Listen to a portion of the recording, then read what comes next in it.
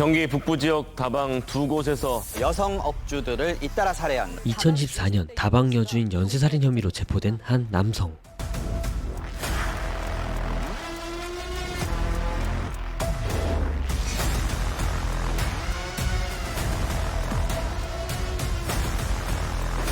(7일) 동안 이어진 이영복의 범행 현장과 체포 과정까지 낱낱이 공개됩니다.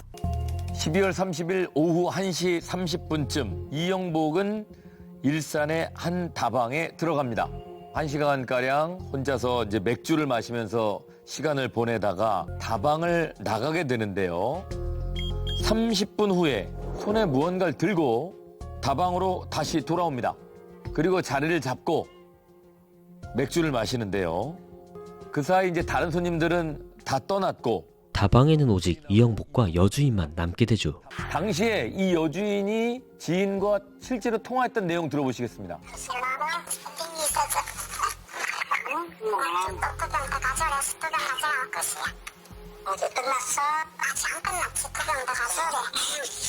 이 통화 이후에 마지막 손님 이영복을 보내려던 여주인이었는데요.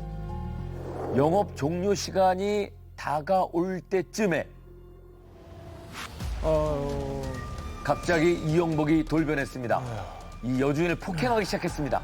주인의 머리채를 끌고 가서 다방문을 걸어 잠그고 사람들 진짜. 그 후 이어진 무차별적인 폭행. 그리고 옷을 갈아입은 후에 금고에서 33만 원을 훔쳐서 달아납니다. 33만 원대. 이 잔혹한 사건 현장을 보시겠습니다. 혈흔이 곳곳에 남아 있었고요. 여주인은 사망한 채 발견이 됐습니다. 새해를 이틀 앞두고 다방 여주인이 살해당했습니다. 현장을 발견한 건 여주인의 아들이었습니다. 어머니가 다음 날까지 연락이 되지 않고 집에 돌아오지 않아서 다방으로 찾아갔는데 가게 문이 잠겨 있었던 거죠. 이상한 생각이 든 아들은 경찰에 신고를 했고 그렇게 60대 다방 여주인은 12월 31일 싸늘한 주검으로 발견됐습니다. 엄마의 모습을 발견을 한 아들의 마음이. 당시 사건 현장은 정말 끔찍했습니다. 가게 한쪽에는 뭉텅이로 뽑힌 머리카락 뭉치들이 있었고 주방 바닥 곳곳엔 혈흔이 가득했습니다. 여주인은 무자비한 폭행을 당한 듯 코뼈와 늑골이 골절돼 있었고 얼굴은 부풀어 올라 형태를 알아보기 힘들 정도였다고 합니다. 아니, 왜 저렇게까지 그런 거예요? 뭐 원한은 없었을 것 같은데 그냥 들어간 다방에서 저렇게까지 할 만한 이유가 뭐예요, 도대체? 자, 일단 그 다방 여주인과는 일면식도 없는 사이였습니다. 와. 그럼에도 불구하고 이영복이요, 5시간가량을 다방에 머물면서 다방에 있던 다른 손님들이 나가기만을 기다렸습니다. 그리고 오후 6시 이영복과 여주인이 단둘이 다방에 남게 되니까 갑자기 돌변한 이 이영복이 아주 잔인하게 여주인을 공격합니다. 이영복은요, 여주인이 사망한 걸 확인하고 나서 물티슈로 자기 신발에 묻은 혈흔을 닦아냅니다. 옷을 갈아입죠. 그리고 나서 이영복은 다방 안을 막 뒤집니다. 결국 현금 33만 원을 찾아내서 훔치고요. 다만 좀 이해 안 되는 행동이 하나가 있는데요. 뭐냐면 냉장고 문을 열고 냉장고 안에 있는 모든 식재료들을 바깥으로 꺼내 놓고 다방을 빠져나가서 도주를 했다는 점입니다. 단순 강도처럼 보이려고 일부러 더 막 헤집어놨나? 그런 부분을 현장 조작이라고 하거든요. 자기의 범행 목적과 달리 보이려고 혹은 자기의 어떤 특성과 다른 특성을 가진 범인인 것처럼 수사의 혼선과 왜곡을 야기하려고. 그런데 이 이영복의 행동을 보면요. 자기가 사용하던 테이블, 자신이 마시던 맥주병, 맥주잔, 안주 그대로 남겨져 있었습니다. 그 다음에 이제 바닥에도 자신의 신발을 닦은 피 묻은 물티슈, 피 묻은 청바지도, 양말도 바닥에 그대로 방치되어 있었습니다. 증거 인멸시도가 없었다는 이야기죠. 이 행동은 그래서 뭔가 현장 조작 왜곡을 위한 목적이기보다는 자기의 어떤 욕구를 위한 행동으로 보이는데 첫 번째는 도주 과정에서 좀 먹을 음식을 챙기기 위해서 뒤졌을 가능성이 하나가 있고요. 또 하나는 그냥 흐트러뜨리고 파괴하고 자기의 어떤 감정을, 분노 등의 감정을 표출하게 하는 한 행동일 수도 있어 보입니다. 경찰은 가게 안의 CCTV를 통해서 범인의 인상착의를 확인을 했고요. 범행 예상 시간에 CCTV를 전부 분석해서 용의자로 추정되는 남성이 일산역 방향으로 걸어가는 모습을 포착합니다. 그리고 약 12분 뒤에 일산역에서 전철을 탄 이영복이 파주에서 하차한 기록을 확인했습니다.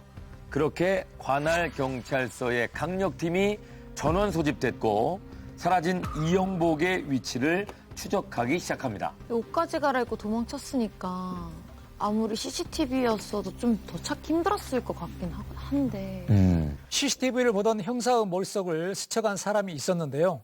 1년 전쯤 여성의 핸드백을 날치기 한 강도였던 이영복의 인상착의와 체형이 비슷했던 겁니다. 혹시나 하는 마음에 이영복의 정보를 검색해보니까 출소하면서 등록해둔 거주지가 파주 한 고시원으로 나온 겁니다. 그럼 굉장히 좀 뭔가 의심할 수 있죠. 일산에서 도망친 이영복이 파주에서 내렸고 1년 전 그 날치기범의 집 주소도 파주. 고시원이니까 예. 고시원으로 가면 되겠네요. 그래서 바로 형사들은 고시원으로 출동을 했습니다. 하지만 이영복이 그 자리에 없었습니다. 바로 범행 전날 이영복이 자신의 이불, 패딩 등 짐을 다 챙겨서 고시원 밖을 나가는 모습 CCTV에 포착되어 있었습니다. 이영복의 마지막 행적을 경찰이 계속 따라가 보니까 고시원 인근에 재개발 구역이 있었어요. 재개발 구역은 빈집들이 많죠. 이 재개발 구역 어디엔가에 은신하고 있을 가능성이 높다라고 형사들이 판단을 했고요. 수백 개가 되는 건물들 하나하나 다 뒤지기 시작을 합니다. 이영복이 들고 나갔던 이불과 베개를 한 폐 건물에서 발견했습니다. 하지만 아쉽게도 이영복 자신은 그곳에 없었습니다. 하지만 이후 이영복은 예상치 못한 곳에서 나타나는데 치킨점에 이영복이 들어왔습니다. 무서운 사람인데. 치킨과 감자튀김 그리고 술을 주문해서 먹습니다. 유유자적하게 먹네. 와, 저기서 사람을 죽이고 저렇게. 그냥 평범하게 식사를 하나 싶었는데 술을 마시는 척하면서 주변을 살피죠. 그러네. CCTV와 눈이 마주치기도 합니다. 다른 손님이 나갈 때까지 사장님한테 뭐 한참 말을 걸기도 했고요. 이때 사장님이 화장실에 간다면서 자리를 비우니까 그쪽을 한번 보다가 바로 돈통 쪽. 그렇습니다. 대범하다 진짜. 일어서서 간 곳은 바로 돈통. 카운터였습니다. 언제 나올지 모르는데. 네. 금고를 털려고 시도하는데 이게 안 열리죠. 그런데 금고가 열리지 않으니까 어머. 아예 통째로 뽑아듭니다. 무서워. 저때 소리 날 텐데. 네. 금고를 통째로 뽑아들고 옷으로 안 보이게 감싼 다음에 그래. 치킨집을 나갑니다. 그래, 차라리 나가라. 다행이다, 차라리. 차라리 나가라. 그냥. 주인분 왔으면 큰일 날 뻔. 네. 사흘 뒤인 1월 2일에 이영복이 치킨집에서 음식을 먹고 사장이 자리를 비운 틈에 10만 원가량이 들어있었던 금고를 통째로 뜯어서 도망간 거죠. 저렇게 범죄를 하려다 화장실에 나왔을 때, 그럴 때 저 사람은 지금 도망 다니고 있기 때문에 또 무슨 범죄를 했을지 모르거든요. 갖고 막 어찌 보면 때릴 다행이라고 생각이 들 정도로 사람이 안 마주친 게. 흉악범이에요. 네. 커도 너무 크네요. 뭐 도망 다니면서 저거 CCTV도 다 찍고 있는데 예. 어떻게 우전 취식을 하고 금고 절도까지 하고 또 계속 저렇게 범죄를. 사실 이영복의 범죄 행각은 이번이 처음이 아니었는데 성인이 되기 전부터 범죄를 저질러 왔습니다. 및 강도 등의 범죄로 전과가 무려 8범이었는데요. 성인이 된 이후 교도소에서 복역한 기간만 20년이 넘는다고 합니다. 이영복을 비열한 범죄자라고 부르는 이유, 바로 이 범행들에서 피해자가 대부분 여성이었기 때문입니다. 감옥을 절대 처벌을 두려워하지 않는 것 같아요. 네, 그냥 걸리면 걸리는 거고 걸리기 전까지 내가 하고 싶은 대로 해야지라는 생각인 것 같아요. 그 전과 8범이라고 아까 전에 뭐 여러 개 말씀해 주셨지만 도대체 어떤 범죄예요, 다? 네, 1993년도에는요 강도강간 혐의로 징역 10년형을 선고받았고요. 출소한 이후에도 여성을 노려서 폭행 및 절도를 계속 일삼았습니다. 그래서 징역 10년을 또 선고받기도 했고요. 심지어 2018년도에는 전자발찌를 끊고 범행을 저지르기까지 했어요. 이렇게 이영복은요, 인생의 절반 가까이를 교도소에서 보낸 겁니다. 54살이 되던 2022년에 다수절도 혐의로 다시 경찰에 검거가 됩니다. 그리고 재판을 받게 되죠. 그런데 재판부는 잘못을 뉘우치고 있고 생계형 범죄의 성격이었다라는 참작 사유로 받아들입니다. 그렇게 해서 결국 징역 1년형의 가벼운 형을 선고하게 되고요. 심지어 이영복, 이 형기를 다 채우지도 않고 조기 출소를 하게 됩니다. 아니 근데 이게 전과가 8범인데 어떻게 조기 출소가 돼요? 20년을 살았는데. 이게 무슨 생계형 범죄라는 거예요. 그러니까 참 안타까운 게 너무 우리 사법제도가 객관주의, 이 당해 범죄에 해당되는 피해액, 본인의 반성하는 태도, 뭐 이런 것들만을 보고 가석방이라든지 또는 사면이라든지 이런 대상자로 이제 일괄 선택한다는 게 가장 큰 문제인 것 같은데요. 네. 사실 이 이영복이라는 한 사람을 주관적으로 들여다보게 되면 얼마나 반사회성이 심각하고 그가 전혀 그 법이나 도덕, 타인에게 끼친 피해 등을 개의치 않는지 이런 것들을 이제 보면 도저히 조기 출소 대상자라고 할 수가 없잖아요. 네. 근데 그런 조기 출소 대상자가 된다는 것이 참 안타깝고요. 이영복은 파주 치킨집에서 무전치 식구와 절도를 한 지 하루 뒤 또 다른 식당에서 사장님이 화장실에 간 사이에 약 30만 원이 들어있는 지갑을 훔치기도 했습니다. 아 그리고 너무 짜증나는 게 밥을 너무 잘 먹어요. 이러고 있어야 되는데. 저럴 때는 차라리 공개 수배 이런 걸 하면 안 돼요? 왜냐면 너무 떳떳하게 돌아다니니까 네. 뭐 사람들이 제보하면 훨씬 빨리 잡히지 않을까 이런 생각 들거든요. 그렇죠. 근데 사실 보통 공개 수배 수사는 굉장히 엄격한 기준에 의해서 판단을 해서요. 수사팀에서 결정을 하고 나서 진행을 하는 경우가 많습니다. 왜냐하면 저 이영복처럼 저런 반사회성이 높은 경우에 당당하게 돌아다니는 범인이라고 해도요. 막상 자신의 얼굴이 공개가 돼버리고 나면 아예 숨어버리거나 또는 다른 범죄를 저지를 때 목격자를 살해하는 경우들도 생깁니다. 그래서 이런 2차 피해들이 우려가 된다면 수사팀에서는 하지 않는 것이 이제 오히려 낫겠죠. 네. 이런 공공장소에서 또 뭐 무차별 범죄를 저지르는 경우들도 생기기 때문에 굉장히 조심스럽게 판단을 합니다. 특히 우리 이제 유괴, 납치 이런 사건에서는요. 함부로 공개 수사를 했다가 아이를 데리고 이동하기가 어려우니까 피해자를 살해하는 경우들도 있습니다. 그래서 수사팀에서는 굉장히 고심을 해서 결정을 하게 됩니다. 공개 수배가 무조건 유리한 건 아니네요. 네, 그렇습니다. 그래서 지금 이 이영복을 쫓는 수사팀에서는요. 저런 흔적들을 계속 남기는데 단순히 흔적이 아니고 지금 범죄로 이어지기 때문에 또 다른 범죄를 저질 가능성이 높다라고 판단을 해서 공개 수배를 결정을 합니다. 이렇게 이영복과 같은 이유로 공개 수배 결정한 사건들 예를 들면 뭐 트렁크 연쇄살인 김일곤 같은 경우에도 신속하게 공개 수배를 함으로 해서 인지가 될 수 있었던 거고요. 또 부산에서 여중생을 살해했던 김길태 사건에서도 그 순간에 공개 수배를 해서 이 도주로를 차단하는 것이 굉장히 효과적인 이런 수사 방법이기도 했습니다. 네. 근데 공개 수배까지 했으니까 좀 금방 잡히지 않았을까요? 네. 이영복의 공개 수배를 결정한 날짜가 1월 4일 밤이었습니다. 그런데 공개 수배 결정을 내리고 몇 시간 뒤인 1월 5일 아침 경찰에 한 통의 전화가 걸려옵니다. 이번에는요. 양주의 다방에서 60대 여주인이 살해된 채 발견됐다는 신고 전화였습니다. 또 이영복이 그런 건가요? 무전 주식에 절도만 한 게 아니라 이제 살인까지. 또 당연히 의심할 수밖에 없겠죠. 양주와 일산은 거리가 있긴 있지만 그래서 경찰도 그 가능성을 배제하지 않은 채 현장 분석을 실시합니다. 가장 유력한 증거라고 할 수 있는 것이 범인의 수법이거든요. 그런데 이 양주 60대 다방 여주인의 상흔 분석을 해보니까 얼굴 쪽에, 안면 쪽에 집중적인 공격이 이루어졌습니다. 그리고 목을 졸라서 살해하는 그런 교살의 방법 역시 유사한 그런 수법이라는 것이 밝혀졌고요. 네. 그래서 경찰은 일단 현장 수사 분석을 통해서 유력한 용의자를 이영복으로 일단 추정을 했습니다. 나오면 안 되는 사람이었는데, 그죠? 나오면 안 돼요. 그 조기 출소가 이 사건 전과 이 사건 저지를 때랑 유사한 점과 차이점이 발견되거든요. 두 여성 피해자에게 공통된 그 상흔이 나타났다고 말씀드렸잖아요. 주로 얼굴 부위에 폭행이 집중돼 있습니다. 이건 이제 크게 보면 두 가지인데요. 하나는 수법인 경우입니다. 여성을 처음 맞닥뜨리자마자 얼굴부터 가격하고 이후 범행을 하는 범죄자들이 있거든요. 그것이 자신의 범행에 유리하다는 것을 알기 때문입니다. 여성을 얼굴을 먼저 기습적으로 한 대 때리면 일단 저항 의지가 상실됩니다. 그리고 충격을 입게 되고요. 때로는 정신을 잃기도 하고 시야가 가려져서 잘 눈으로 보지도 못하고요. 그 이후에 이제 자기가 하고 싶은 범행을 하는 건데 이영복의 경우에는 좀 다르죠. 그렇게 얼굴만 딱 때리고 이후에 자기가 하고 싶은 범행을 하는 것이 아니라 집중적으로 지나칠 정도로 얼굴을 계속 폭행을 합니다. 여기에는 이제 한쪽으로는 특히 여성 대상 범죄에 있어서 여성 혐오 심리가 작용되는 경우가 있고요.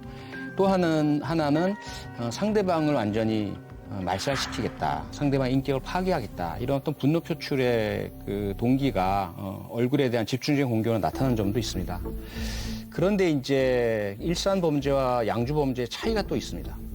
그 전까지는 이영복의 범행의 중심에는 이 경제적 이익, 돈, 합리적인 범죄 수익 이런 것들이 있었다라고 한다면 이 다방 여주인 살해 이후에는 충동과 욕구, 또 분노 표출 이런 감정적인 부분이 중심에 자리 잡고 있는 것 같습니다. 그리고 일산 범죄에서는 그 폭행과 살인, 그 다음에 강도 행위만 있었는데요. 양주에서는 성폭행까지 저지르게 됩니다. 양주 60대 여주인의 그 시신에서는 성범죄 당한 흔적이 발견이 되었습니다. 여주인은 청바지를 입고 있었는데 시신에서는 바지 지퍼가 열려 있는 상태였고요. 그리고 여주인의 신체에서 이영복의 체액 그리고 타액이 검출되었습니다. 이번에도 혼자 있었나요, 여주인분이? 혼자 있지 않았습니다. 다방에는 여주인과 여종업원이 있었는데요.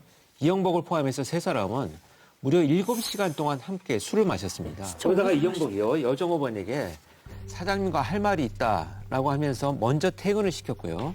그렇게 여주인과 단둘이 다방에 남게 된 이영복이 여주인을 폭행을 하고 살해한 것입니다. 여주인이 사망한 것을 확인한 이영복은요, 금고에서 40만 원 정도를 훔쳐서 강취해서 달아났습니다. 두 번의 범행 모두 여주인이 자신에게 퇴근을 해야 되니까 나가달라는 말을 해서 살해했다고 진술을 했거든요. 부지불식간에 이 범죄자 이영복은요, 자신이 이 범행이 우발적이고 충동적인 것이 아니고 계획적인 것이라는 것을 알려주는 진술 중에 하나입니다. 뭐냐면 퇴근해야 되니까 나가달라고 하는 말은 결국 뭐냐면 이후에 아무도 이곳을 찾아올 사람이 없다라는 것을 확인하는 것으로 인식을 하게 되는 거죠. 그래서 그때부터 바로 이 범행을 하게 되는 겁니다. 이제라도 빨리 잡는 게 급선무일 것 같아요. 네. 다른 피해자가 생기지 않기 위해서. 네, 그야말로 이제 시간과의 싸움인 거죠. 혹시라도 조금이라도 늦으면 또 다른 피해자가 생길 수 있으니까요. 그래서 경찰은 이 범행 장소인 양주 다방 인근에 있는 모든 CCTV를 싹 다 분석을 했습니다. 특히나 범행 추정 시간이 있잖아요. 피해자의 사망 추정 시간이 나오고요. 그래서 그 추정 시간 전후로 해서 싹 다 뒤졌더니 다방 앞에 설치된 CCTV에서 한 낯익은 사람의 모습이 포착됐습니다.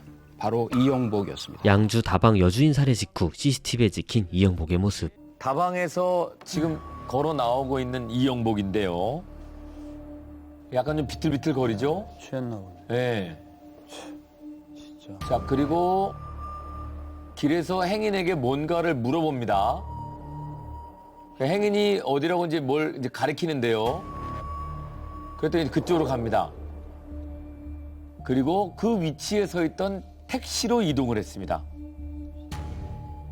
여전히 걸음걸이는 비틀거리고 있습니다. 아이고. 그렇게 술에 취해 택시에 오른 이영복. 그리고 이영복은 곧바로 도주를 시작합니다. 돈도 없으면서 무슨 택시를 타. 자, 범행 장소인 양주를 벗어나서 서울 이곳저곳을 거치면서 도주를 이어나갑니다. 그리고 동서울 터미널에 도착합니다. 동서울 터미널에 도착한 이영복은 버스 표를 구입하는데요. 목적지는 태백이었습니다. 태백으로 향하는 버스에 탑승을 했습니다. 택시를 타러 가는 저 이영복의 걸음걸이를 한번 잘 보시면 이영복은 약간 술에 취하면 오른쪽 다리를 조금 끌면서 걷는 독특한 걸음걸이가 있었습니다. 그래요? 이 걸음걸이 덕분에 이영복이 아무리 옷을 갈아입고 도주를 한다고 하더라도 CCTV로 수사팀에서 파악을 할 수 있었던 겁니다. 법 보행 분석이라고 해서요. 걸음걸이 분석이라고도 하는데 신체 구조나 또는 뭐 근육, 운동 방식, 보폭, 발의 각도 또 심지어 걸어갈 때 이 팔이 움직이는 이 그 높이 정도까지도 다 분석을 하게 되는데 이런 것들은 어떻게 분석을 하냐면 CCTV 상으로는 지금 각도나 이런 것들을 잴 수가 없잖아요. 그런데 여러분 저 화면을 보시면 저 주변에 고정된 물건들이 있잖아요. 네. 이 고정된 물건들은 길이나 높이가 정해져 있습니다. 그래서 기존에 갖고 있는 데이터인 그 높이와 길이들을 저 걷는 사람의 보폭의 길이와 폭을 같이 비교해서 계산을 하면 네. CCTV에 여러 군데 잡히면 동일한 사람이라는 것을 판단할 수 있는 기준이 되거든요. 그렇게 해서 이제 법보행 분석을 해서 동일한 보폭과 걸음걸이와 각도를 가진 사람을 찾아내게 됩니다. 왜 저렇게 대놓고 그냥 막 돌아다닌 걸까요? CCTV가 있는 곳을 돌아다니는 범인들의 좀 유형과 심리가 좀 나뉩니다. 기억하시겠지만 이은혜 사건이 있었죠. 이은혜 같은 경우는 일반인들의 그 예상은 아주 먼 곳에 숨어 살 것이다. 시골이나 지방에 숨어 있지 않겠느냐. 그런데 경기도 일산에 번화한 그 오피스텔에 있었고요. 그것도 숨어만 있지 않고 CCTV가 있는 지하철 또는 뭐 거리 마구 돌아다녔습니다. 그 이은혜는 오히려 등잔 밑이 어둡다라는 것들을 역이용한 거죠. 다른 곳을 찾고 있을 테니 내가 여기에서 오히려 당당하게 다니면 전혀 의심하지 않을 거야라는 심리 속에서 있었던 거고요. 그런데 이영복은 조금 달라 보입니다. 이영복의 경우에는 개의치 않는 그런 심리. 내가 잡혀도 상관없어. 이미 나는 끝이야. 앞으로 남은 인생은 없어. 라는 이런 어떤 심리 속에서 이제는 뭐 CCTV든 누구든 살인 저지르고 나와서 행인한테 길을 묻기까지 하잖아요. 어디에 가면 찾을 수 있느냐고. 그건 결국은 자기가 이제는 잡힐 것은 아는데 잡히기 전까지 나는 최대한 누리고 하고 싶은 거 다 하겠어. 그런 심리로 보입니다. 두 번째 살인 사건이 접수되고 난 뒤에 이용복이 한 번이라도 거쳐간 관할지 형사들은 모두 이 사건에 투입이 되면서 광역수사본부가 꾸려졌습니다. 팀장급 형사 100여 명이 함께 이용복을 추적하게 된 겁니다. 이렇게 100명이 수사를 함께 하기 위해서 단체 대화방을 만들어졌고요. 이용복이 지나갔던 그 곳의 CCTV를 모두 분석해서 위치를 추적하고 예상 도주로를 추측하는 방식으로 수사를 계속 진행했습니다. 동서울 터미널에서 태백을 거쳐서 강릉의 재래시장으로 도주를 합니다. 담당 형사들은요 곧바로 이영복의 뒤를 바싹 쫓아서 추격을 했습니다. 이 강릉 재래시장에 나타난 것, 이것이 목격된 것이요. 1월 5일 오후 3시경이었습니다. 그런데 형사들이 이후에 현장에 도착한 건 밤 10시경이었습니다. 이영복이 시장을 이미 벗어났을 가능성이 매우 높겠죠. 7시간의 차이니까. 하지만 여전히 그곳에 있을 수 있기 때문에 형사들은 신락 같은 희망을 품고 현장을 샅샅이 뒤졌습니다. 그때 한 형사의 눈앞에 술에 취한 채 오른발을 약간 끌듯이 걸어가는 독특한 그 걸음걸이의 남성이 있었던 거죠. 아주 자세히 다가가서 들여다봤더니 다방 여주인 2명 살해하고 도주한 이영복이 맞았습니다. 이용복에게 다가가 이용복 맞냐고 물었더니 자포자기한 듯이 자기가 이용복이 맞다고 대답을 했습니다. 그렇게 일산 다방 여주인이 살해된 지 6일 만에 그리고 양주다방 여주인이 살해된 채 발견된 지 약 14시간 만에 드디어 이용복이 체포됐습니다. 자, 이영복이 마침내 체포됐고요. 성범죄 의도 있었습니까? 없습니다. 왜 혼자 일하는 여성에게만 그렇게 범죄 저지르셨습니까? 죄송합니다. 금품 탈취 목적 있었습니까? 없습니다. 추가 살해하신 분 있으신가요? 유족분들한테 하실 말씀 없으세요? 너무 죄송합니다. 저 약한 모습 보이는 거 보세요. 갑자기. 한 사람이 진짜.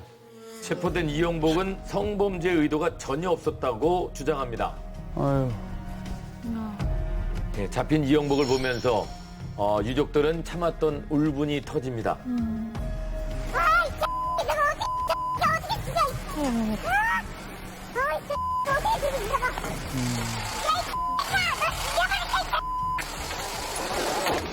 사람은 죽었는데 어떡해요. 아휴, 열심히 살던.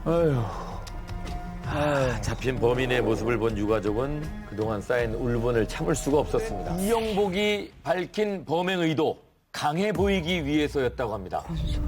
20년 넘게 교도소에서 복역하면서 다른 재소자들에게 무시를 당하며 살아온 이영복은 출소 이후에 자신의 강함을 보여주기 위해서 자기보다 약한 중년 여성만을 골라 살해했다는 어이없는 주장을 했습니다. 그냥 법이 좀 더 강하게 처벌을 해야 된다고 그 생각밖에 안 들어요, 저는. 그래서 사실 그 사람이 안 나왔다면, 더 강한 처벌을 받았다면, 그런 생각만 들어요, 계속. 근데 이영복은 이렇게 범죄를 저지르고 다시 교도소를 들어갈 생각이 있었던 것 같은데요. 너무, 네, 그죠?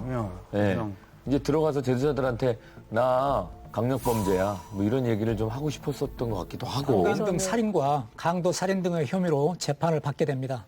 재판 초기에 이영복은 양주 다방 여주인을 성폭행하지 않았다고 주장했다가 체액과 타액 등의 증거가 나오니까 스킨십은 했지만 성관계를 목적으로 하지 않았다 등의 진술을 계속 번복했습니다. 이영복이 이렇게 진술을 했지만 검찰은 이영복은 계획적이고 범행이 잔혹하며 재범성이 매우 높다라는 이유 등을 들어서 이영복에 대해서 법정 최고형인 사형을 선고해달라고 구형했습니다.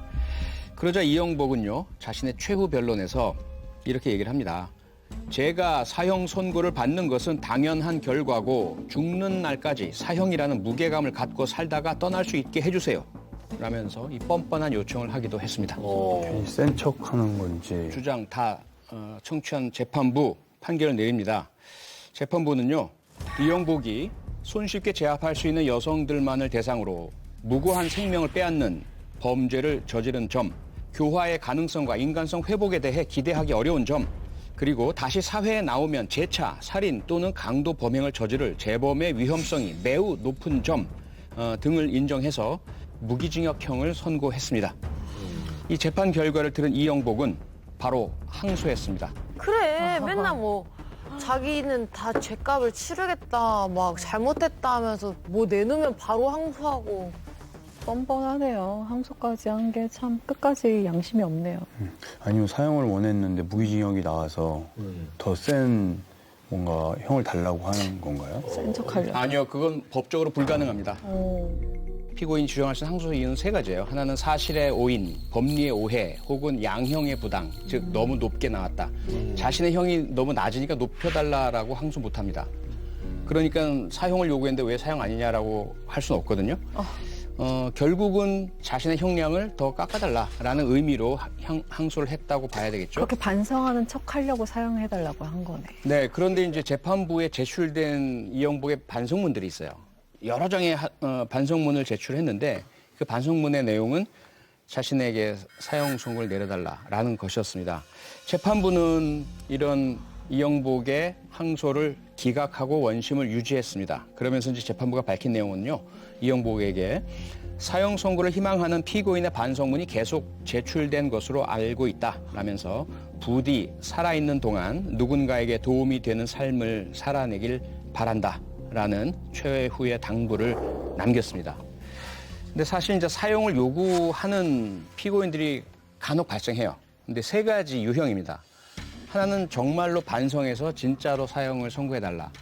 두 번째 유형은 자신이 사형 선고를 내려달라고 또는 자기가 사형 선고 받는 것이 당연하다라고 주장을 하면 판사가 그것을 진정한 반성의 의미로 받아들이고 낮은 형량을 내려줄까봐, 선처를 내려줄까봐 선처를 기대하면서 그런 요구를 하는 경우가 있고요. 세 번째 유형이요. 2023년에 경남에서 잔혹한 살인을 저지른 60대 남성이 공개적으로 법정에서 자기를 사형시켜달라고 주장을 했었어요. 그러자 진짜로 사형 선고를 내렸더니 바로 항소합니다. 부당하다고. 이게 이번 이영복과 똑같은 거거든요. 자신을 사형시켜달라고 하는 것이 스스로가 세 보이게 과장해서 과시하기 위해서 이렇게 주장을 하고요. 그리고 그 이면에는 사형이 내려질 리 없어.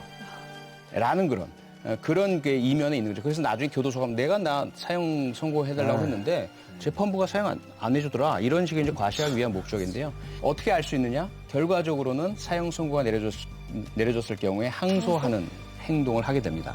내가 말한 것은 진심이 아닌데 왜 진짜로 사형을 내려줬습니까? 깎아주세요. 이런 행동인 거죠. 네. 이영복의 행동도 결국은 허세, 세 보이기 그런 행동의 하나라고 볼 수 있습니다. 이 정도의 범죄를 저지르는데 사형이 아니라는 게 좀 나는 자, 어차피 사실은 뭐 이영복이 더 그랬겠죠. 사형이 집행이 안 되니까 이거 뭐 어떻게 가든 뭐 자기는 손해볼 것이 없다 이런 생각이었을 가능성도 있습니다.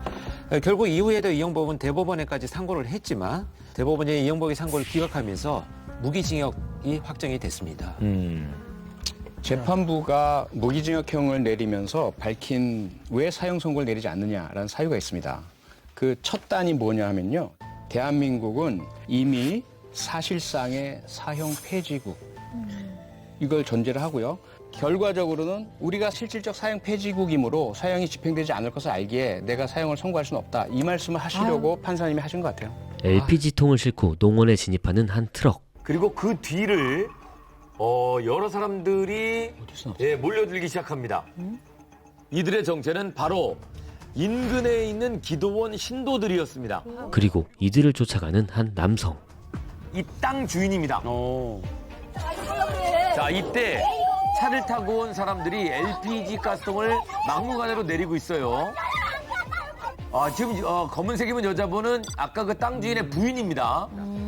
땅 주인의 가족들이 지금 이걸 제지하고 있는 거예요. 땅이야! 여기 내 땅이라고! 내 땅이야! 내 땅이야! 소유권도 없는 종만 주제에 뭐 하는 거냐고!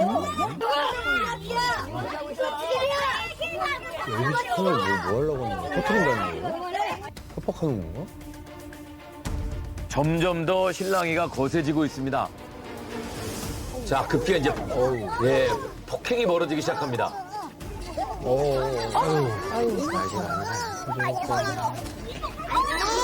야, 7살!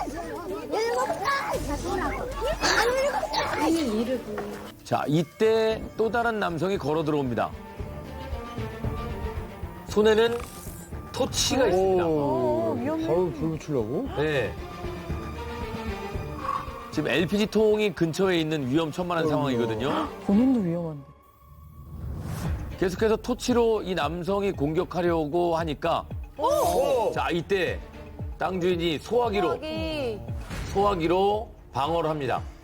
갑자기 흰 옷을 입은 남자가 목을 잡고 쓰러뜨립니다. 왜 저래? 왜 저러는 거야? 나 너무. 점점 더 일이 커지고 있죠. 네, 그러니까 진정하실 거냐고. 그러니까 뭐라고요? 진정하게 말할 수 있잖아요. 자, 게다가 현장에는 이 땅 주인의 어린 딸도 있었고요. 이 아이는 계속 울고 있었습니다. 아빠가 저렇게 막 누워있으면. 하지만 아랑곳하지 않고 LPG통을 옮기는 신도들. 우리도 뭐 요거만 들고 한다는데 왜 그래요? 요거만 들고 한다는데 엄마가 이렇게 무거운 게 문이 열렸을 때 집이 없잖아. 문영이 잘 모르시겠죠? 이 사람들은 본인들 기도원으로 이 가스통을 비롯한 물건을 옮기기 위해서 이 땅을 무단으로 침입했던 겁니다. 저 사람들 잘못했네, 그래.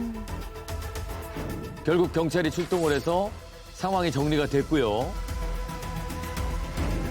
이 일로 땅 주인의 부부가 각각 전치 3주의 진단을 받았습니다.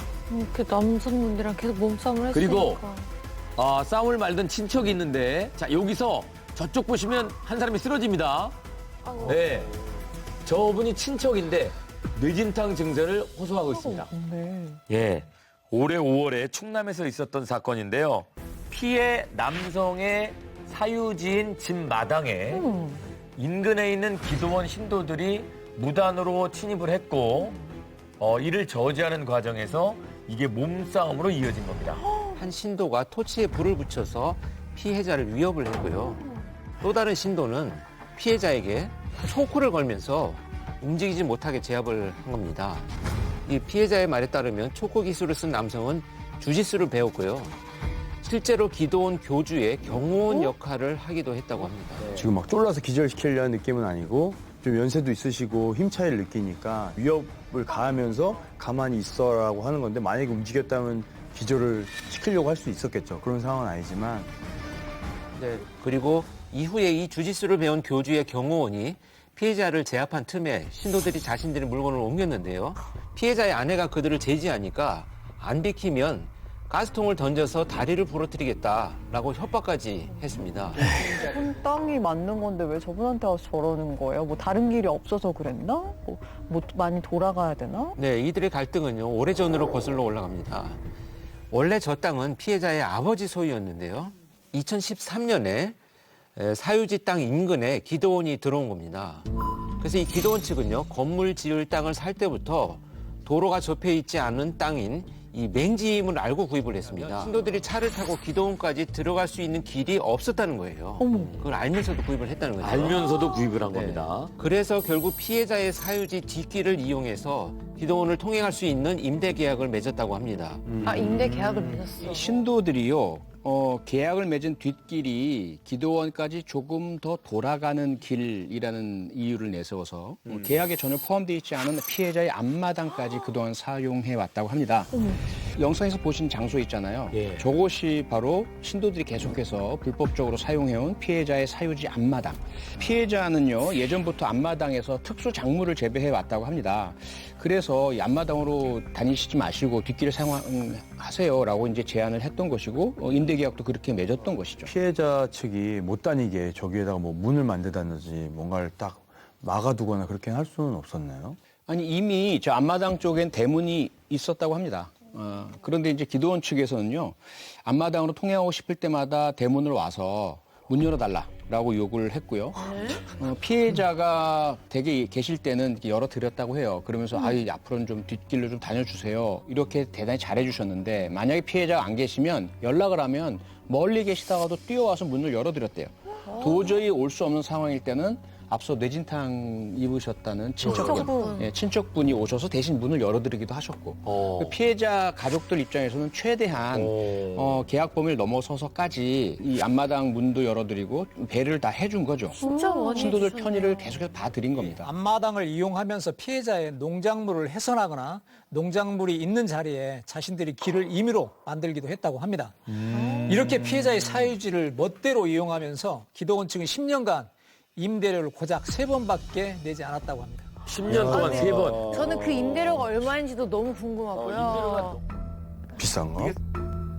그 임대료가 1년에, 한 달에가 아니고 1년에 약 45만 원. 얼마 되지도 않네. 1년 45만 원. 충분히 이거 모금해가지고 하루에도 45만 원 더 나오겠다. 한 달에 4만 원이 안 돼요. 네, 4만 원이 안 되죠. 3만 몇천 원. 3만 몇천 원. 1년에. 피해자를 더 분노하게 한 부분은 지금부터입니다. 이 기도원 측에서요, 피해자에게 주위 토지 통행권으로 민사소송을 제기를 했다는 겁니다. 소송을 보는 이건 뭐냐면요, 자신의 소유지를 오가는 길이 정말 정 없어서 완전히 폐쇄된 경우에 이웃 땅으로 지나갈 수밖에 없는 상황이 되면 그렇게 지나갈 수 있도록 권한을 달라라고 하는 민법상의 권한을 요구하는 소송입니다. 야, 근데 소송을 이쪽 기도원 쪽에서 걸었네요. 그러니까요. 피해자가 지금 소송 걸어도 모자랄 판에. 네, 그래서 재판이 열렸습니다. 법원에서는 기도원의 소송에 대해서 이미 피해자 측과 계약한 통행로가 있는 점, 기도원 측에서는 그 땅이 도로가 접해 있지 않은 땅인 맹지인 것을 알고도 땅을 사들였던 점 등을 이유로 해서 기도원의 청구를 기각했습니다. 이런 거 어떻게 됐어요? 아, 너무 제가 다 화가 나네요. 신도들은요, 당시 출동한 경찰에 의해서 특수폭행과 특수협박 그리고 무단 침입 등으로 조사를 받게 됐습니다. 이 상황에서 신도들은요, 땅 주인이 쓰레기를 치우라고 해서 문이 열린 틈을 타서 차를 끌고 들어간 거였고, 오히려 땅 주인이 자신들을 폭행을 해서 방어 차원에서 대응을 한 거다, 이런 주장과 해명을 했습니다. 아까 뭐 때린 게 있었나? 그쪽 신도들 이야기고 땅 주인 입장은 분명히 다를 수 있어요. 그렇습니다. 저런 신도들의 주장에 대해서 땅 주인이 뭐라고 이야기를 하냐면요. 평소에도 신도들이 사유지 앞마당에 쓰레기를 쌓아두어서 골치가 아팠다. 쓰레기를 좀 치워달라고 계속 요청을 했지만 치우기는커녕 오히려 더 많이 계속 쌓아놓기만 했다라면서 분통을 터뜨렸습니다. 아, 기도원에서 나온 쓰레기를 저기 갖다 버렸구나. 이럴 땐 뭐 어떻게 대응해야 될 방법이 없나요? 형사사건대로 따로 처리가 될 텐데 그 밀린 임대료라든지 또는 피해에 대한 배상 이건 다 민사소송으로 할 수밖에 없거든요. 그런데 문제가 과연 민사소송의 실효성이 있을 것이냐 이겠죠. 이 소송을 하면 소송 비용이 많이 들고 또 소송하면서 시간도 많이 소요되면서 정신적인 이제 스트레스도 많이 받으실 텐데 최종적으로 승소를 하신다 한들 과연 그 모든 것들에 대한 배상이 충분히 이루어질까? 그리고 법원의 배상 명령을 저들이 지킬까? 이런 것들에 대한 이제 우려가 크고요. 그러다 보니까 실질적으로 피해자가 취할 수 있는 방법은 사유지의 통행로를 전부 물리적으로 차단하고 신도들이 출입하지 못하도록 하는 방법, 이것이 최선일 것이다라고 변호사들은 조언을 하고 있습니다. 피해자분이 취할 수 있는 최선의 대응 방법은 형사적으로 입건을 시키는 것이 더 실효성은 높아 보이는데요. 건조물 침입죄 등으로 형사 고소를 하고 지속적인 접근 등이 있을 경우에는 경우에 따라서는 스토킹 처벌법 위반까지도 적용할 수 있을 것으로도 보입니다. 지금까지 MBC 에브리원 범죄 분석 코멘터리 쇼 히든아이였습니다. 히든아이는 매주 월요일 오후 30분에 만나보실 수 있습니다. 이상 좋은 영화였습니다.